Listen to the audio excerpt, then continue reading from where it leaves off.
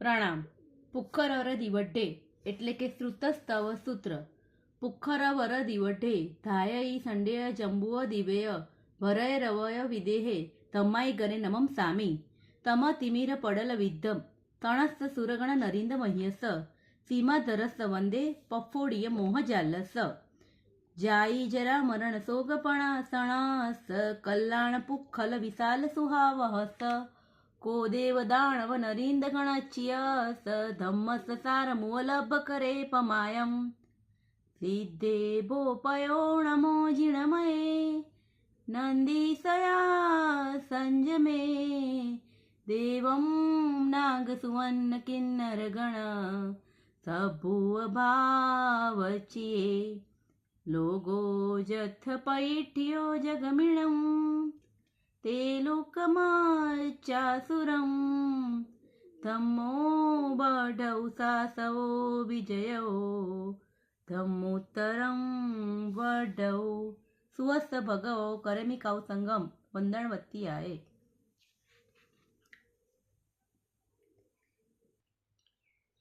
આ સૂત્રનો અર્થ આ પ્રમાણે છે. પુષ્કર દ્વીપના અડધા ભાગના, ઘાતકી ખંડના અને જંબુદ્વીપના કુલ 5 ભરત ક્ષેત્ર, 5 ઐરાવત ક્ષેત્ર અને 5 મહાવિદેહ ક્ષેત્રમાં ધર્મની શરૂઆત કરનારને હું નમસ્કાર કરું છું.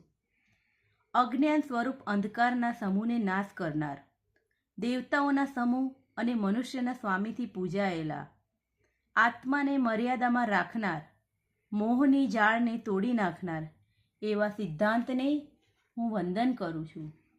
જન્મ, જરા, મૃત્યુ અને શોકનો અત્યંત નાશ કરનાર, કલ્યાણ અને સંપૂર્ણ વિશાળ સુખને આપનાર, દેવ, દાનવ અને મનુષ્યના સ્વામીના સમૂહથી પૂજાયેલ એવા ધર્મના સારને પામીને કોણ પ્રમાદ કરે?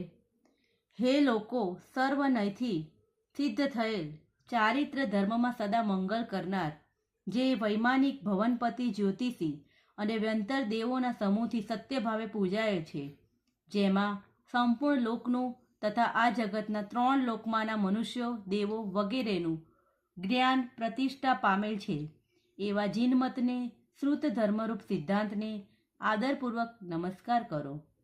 તે શાશ્વત એવો શ્રુત ધર્મ સિદ્ધાંત વિજયપૂર્વક વૃદ્ધિ પામે અને દેશ વિરતિ, સર્વવિરતિ આદિ બીજા ધર્મની વૃદ્ધિ કરો. હે ભગવાન, શ્રુત ધર્મની આરાધના માટે કાર્યોત્સર્ગ કરું છું.